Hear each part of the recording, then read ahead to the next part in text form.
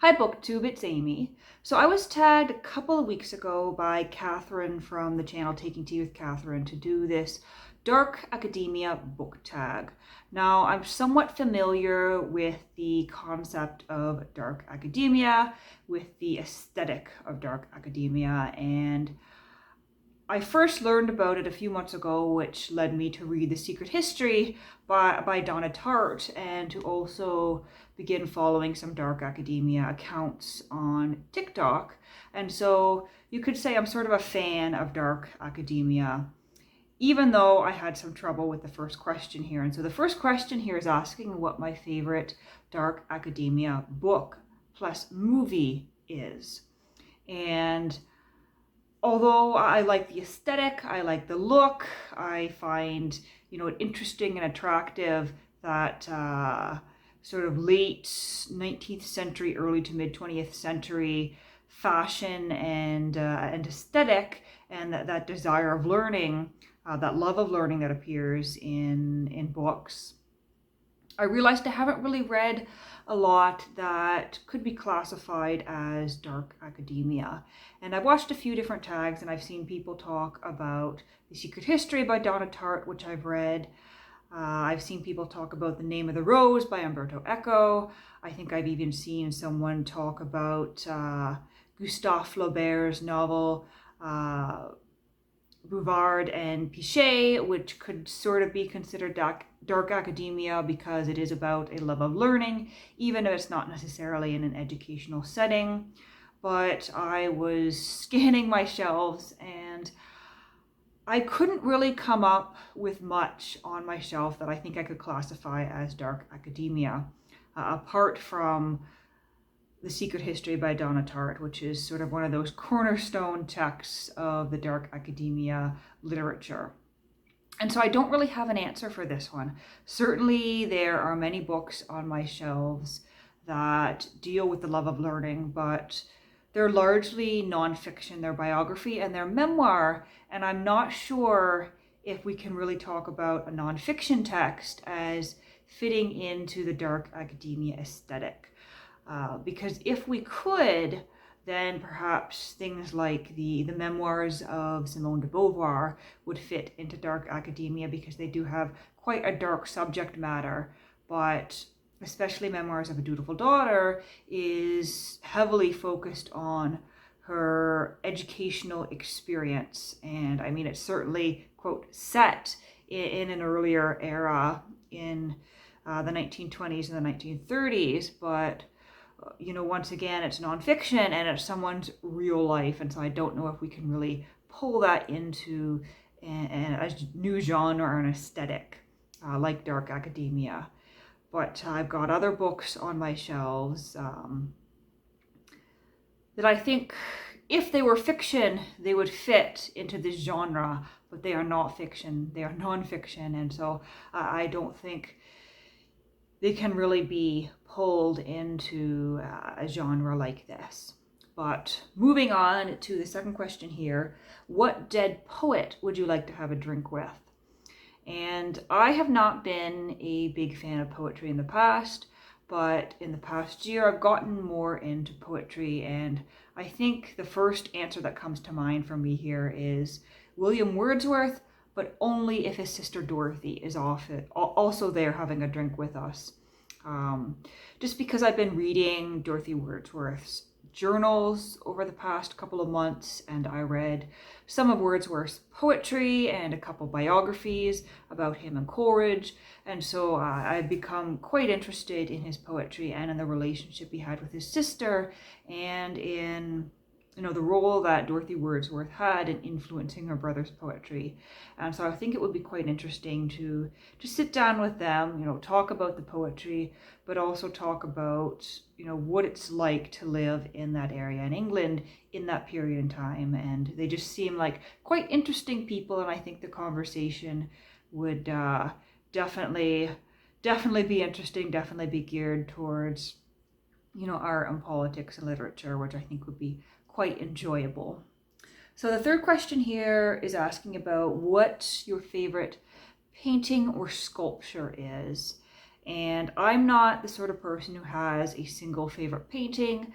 I don't have something I can sort of pull out here and show you as a favorite, but I do quite like the works of the Canadian group of seven and sort of the associated painters, Tom Thompson and Emily Carr as well. Emily Carr was, of course, from the complete opposite end of the country, but her painting style is somewhat similar, and that is certainly the sort of thing I like. And you go to Canada's National Art Gallery and you enter the Canadian exhibit, and there's a certain point where you just turn a corner into the group of seven exhibit and you realize just how massive some of their paintings are. Because you see them in school, you see them in art books, and you think, yeah, okay, and then you realize they're literally the size of a wall.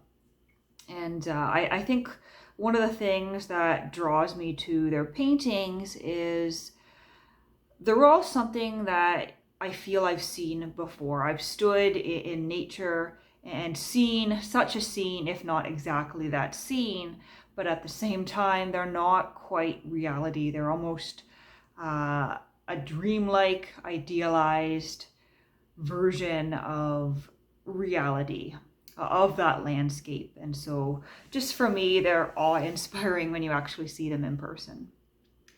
Question 4 is asking, what is your favorite architectural marvel?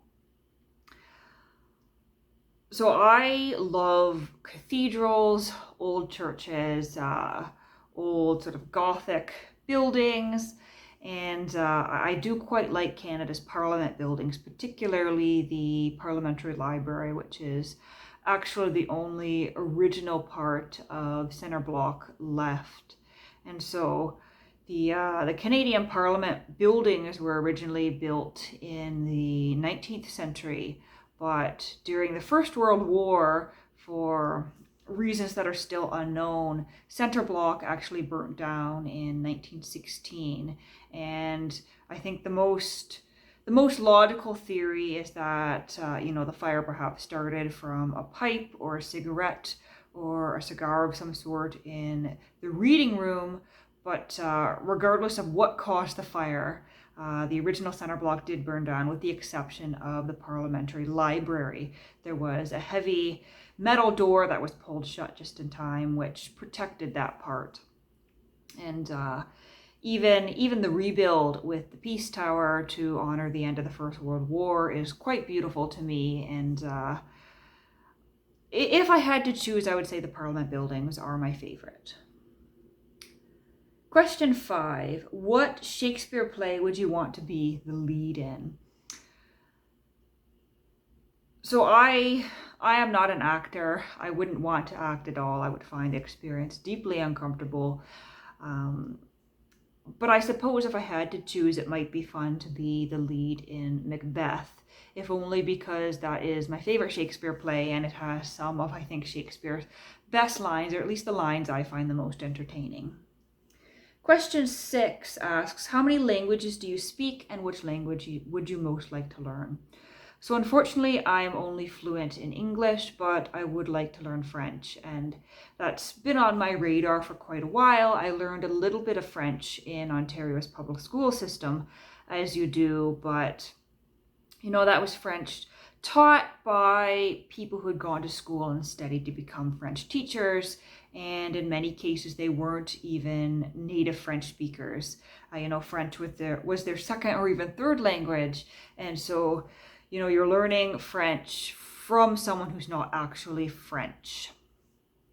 And so it was quite difficult, and I don't think the way that French is taught in the public school system in Ontario is particularly useful. I remember bits and pieces of vocabulary, but never really made it far enough to even have a proper conversation. But of course, that is something I would like to master in the future, not only to be able to read it and to read French literature in the original, but to be able to function in what is very much a bilingual society here in the Ottawa-Gatineau region. And There are moments on the street when someone speaks to me in French and I have no idea what they're saying. There are moments at work when people begin to communicate in French, and as an Anglophone, I have no idea what they're saying, and so that definitely is something I would like to master, the French. So question 7 asks, what is your favorite quote from poetry or prose, etc.? And I don't have a single favorite. I never have a single favorite anything, but one of my favorite quotes is one that I actually pulled out and wrote down on a piece of paper and posted to the wall in my kitchen, of all places, just above the calendar when I finished up reading Proust for the first time earlier this year. And I believe it's from the final volume, so Time Regained. And essentially it says the true paradises are the paradises that we have lost. And so it's this idea that the past seems like paradise to us, and we are always trying to regain, if not the whole past, pieces of our past. It's just something that we do as humans, and I quite like that idea, and I quite relate to that idea. So question 7 says, which fictional character death is your ideal way to go? And I was, sitting here thinking about doing this tag, trying to figure out how I would want to die, and I don't think I have an answer to that. I'm just going to leave it there. Question 9, what university/college would you most like to attend? So just from a Canadian perspective, there was a time when I did want to attend McGill University in Montreal, if only for the location, because Montreal is one of Canada's oldest cities, and it's certainly a very interesting city, and I think one of the few cities in Canada that you could actually attempt to romanticize. But I'm also attracted by Oxford as well in the United Kingdom, just because it has, I think it's the Bodleian Library and several other libraries in the area that are really old and interesting and full of old interesting books that I would like to take a look at, get my hands on, so to speak. So question 11 asks, what mythology would you most like to be a part of? And I don't think I have a strong feeling about this question. Nordic mythology is quite interesting, Greek mythology as well, but not something I've given a lot of thought to in the past or in the present. Real life feels enough like mythology anyway. Question 12. If you had to do a PhD, what would you choose to do it on? So from a logical point of view, if I had to do a PhD, political science would make sense since I already have the master's degree in political science. So that would be a logical next step if I were going to do a PhD. But if I wanted to do a PhD in something that I would actually enjoy, I would probably go for a PhD in English, or perhaps even in history, Canadian history of some sort. Question 13 asks, which fictional character would you die for? And I think the answer is none. I don't really read this sort of books where there are characters worth dying for. In fact, in many of the books I read, the characters are downright unlikable and people I certainly wouldn't give up my own life for. So I guess that's my answer for that one. I am not willing to die for fictional characters, just because, even spinning a narrative, unless I am some sort of martyr, I don't know what the point of dying for most of these characters would be. And now we're on to some rapid fire questions where I'm just supposed to pick one. So rapid fire, leather bound or cloth bound? So this answer may be a little bit surprising, but I would actually go for cloth bound over leather bound, just because leather can be somewhat stiff and heavy, and if it's a modern leather bound book, it's just downright ugly because it's not done right. And leather book can be difficult to take care of, and so I would go for the cloth bound because cloth bound can be quite nice. Next question, dog-earing pages or highlighting pages? Depends on the book. For the most part, I don't dog-ear unless it is a cheap trade paperback or something, and I highlight more often than I dog-ear, but not with a highlighter, usually with a pencil or a pen, and I underline, I don't highlight. But if I had to choose, I would go for the highlighting, as long as it's understood that it's underlining. Next question, sculptures or paintings? Definitely paintings. Piano or violin? I am partial to the violin over piano music. Films or theater? I am definitely more a fan of film. In fact, I've only seen a couple theater productions in my entire life, and I don't really have a desire to go and do so. Poetry or prose? I'm definitely a fan of prose over poetry. Museums or bookshops? I prefer the bookshops because you are allowed to look and touch and dig around. And museums, you're not allowed to look. Well, you're allowed to look, but you're not allowed to touch things or dig around, and you're sort of constrained by the environment. And you're more likely to find interesting things you can take home with you in bookshops. You're not allowed to take home things from the museum. 8, smell of books or smell of coffee/tea. I do prefer the smell of coffee and tea, but I also love the smell of books. Sometimes the smell of coffee can be a little bit overwhelming, especially if it's sort of an acidic coffee. Sometimes you walk into a bookshop where they sell coffee and it's just not a good coffee smell. So I guess for the most part, tea and coffee, but if it's bad coffee, I'll take the books.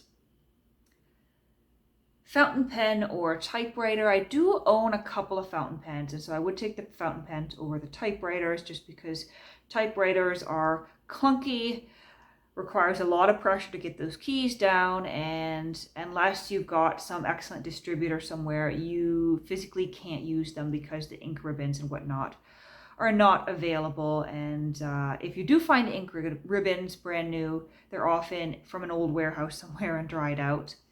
Fountain pens, not great either, because I find it difficult to write with them. I guess the way I physically hold a pen in my hand doesn't work out so well. I end up with blotting, I end up with ink all over my right hand.